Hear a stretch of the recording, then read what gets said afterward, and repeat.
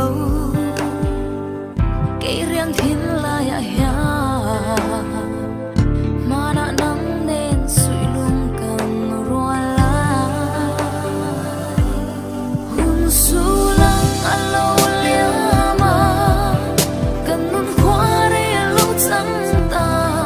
hạ sẽ dù này lung lê đêm thấy xì lâu suy lung thì lên ngăn cha râu mây lâu ra drop bôi lệ dấu vòng bay tin tên vừa dài ăn re mà sẽ nắng rồi cứ to na vừa lại khăm to xì amo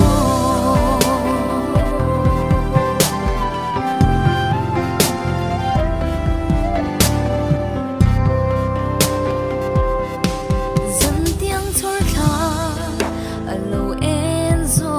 tăng hà ít đón nung ru anh tin ông về ăn mơ ami to na một hai trắng to mà là mình đón về chỉ nắng chỉ mùa á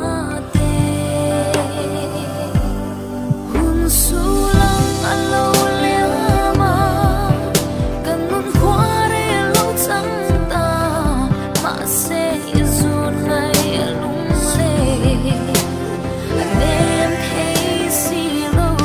suy lung thì lên ngăn cha râu mây lâu ra drop bôi lệ dấu vòng bay tin tên vừa dài ăn re mà sẽ nắng rồi cứ to na vừa lại khăm to xì amo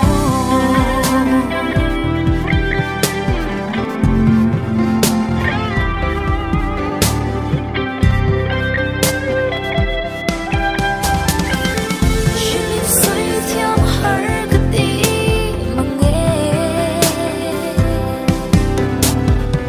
cái phong lưu xuống ya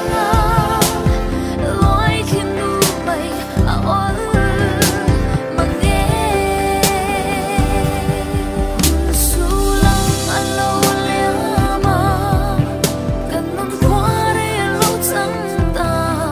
mà sẽ dù này lung lê đêm thấy xì lâu